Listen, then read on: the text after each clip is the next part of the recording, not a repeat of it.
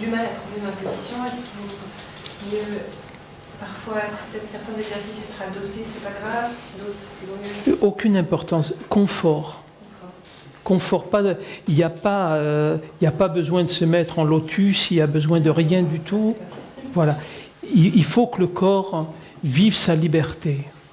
Je ne conteste pas que des positions vont peut-être être plus justes ou pas, mais elles seront plus justes pour celui pour lequel elles seront plus justes.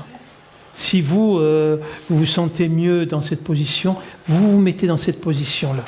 Il faut être dans le fait que le corps dans lequel nous sommes a sa propre intelligence et a besoin d'être dans son relâchement. Vous voyez quand même, dans cette simple phrase, comme quoi ça nous éloigne de l'ascèse, de la rigidité qu'il est souvent demandé pour soi-disant aller mieux.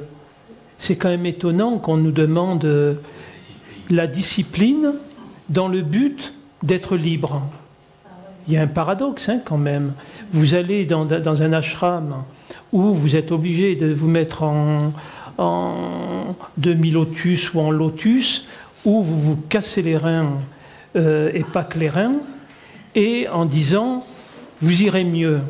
Je me souviens, j'avais fait du zazen à un moment, et le zazen, vous vous asseyez sur un, je ne sais plus le nom, c'est un coussin assez épais.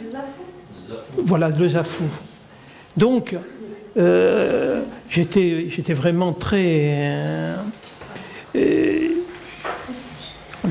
comment dire, vraiment dans une très bonne volonté, malgré ma rigidité au niveau du bassin, et je me mettais en zazen, et ensuite, impossible de me lever. Fallait qu'on vienne me prendre et qu'on me relève, et j'arrivais pas à marcher. Et je disais, oh mais quand même, qu'est-ce que je vais mieux.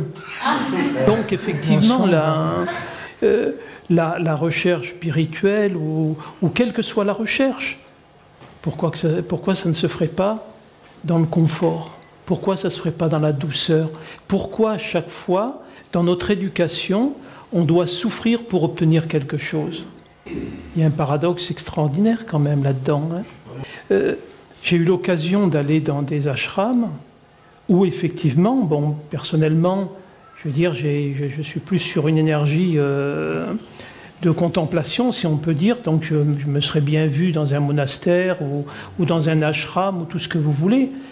Mais enfin, les personnes que j'ai pu rencontrer là-bas, à faire 8 heures de méditation par jour, voire plus, je n'ai jamais trouvé très transcendantal. Hein. Donc, comment? Tout à fait, mais ils ont peut-être...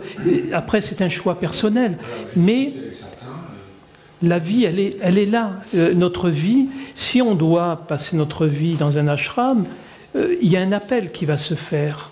Et il ne va pas y avoir d'effort. Quand vous voyez des grands maîtres qui ont médité 12 à 15 heures par jour en mangeant un grain de riz coupé en 3, c'est pas un effort pour eux, c'est que ça leur convient. Ils n'ont aucune difficulté à le faire. Et les autres se disent, ah mais pour être comme lui, il faut effectivement que je coupe le grain de riz en 4. Hein, et peut-être... Et ça donne rien. Ce qui est quand même particulier, c'est qu'à partir du moment où dans ma vie j'ai fait le moins d'efforts, c'est là où ça s'est produit. Vous voyez, parce qu'il n'y a plus de vouloir, il n'y a plus de volonté. Et donc, comme on disait, il faut d'abord passer un moment où effectivement on est dans la lutte, on est dans le combat, on est dans la recherche. C'est cette volonté qui agit, et c'est cette volonté qui nous éloigne de ce que l'on est. Parce que il y a cet effet de comparaison. On va regarder effectivement un tel ou un tel ou un tel, et on va se dire oh, c'est comme ça que j'ai envie d'être, ou il a fait ça pour être là, donc je vais faire à ma manière. Mais si on regarde bien, tous les êtres dits éveillés ou réalisés ou tout ce que l'on veut, que ce soit Jésus, que ce soit Bouddha, il n'y a eu personne avant eux. C'est-à-dire que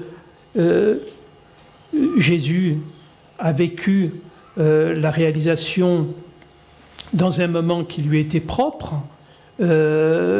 en étant avec lui-même, pas à la suite d'un enseignement, Bouddha non plus. Chacun a vécu ce qu'il était et il est allé au bout de ce qu'il était pour découvrir quelle était sa source. Tandis qu'après, on va aller voir cette personne en pensant que notre histoire est identique et que le cheminement est identique. Au contraire, on se perd.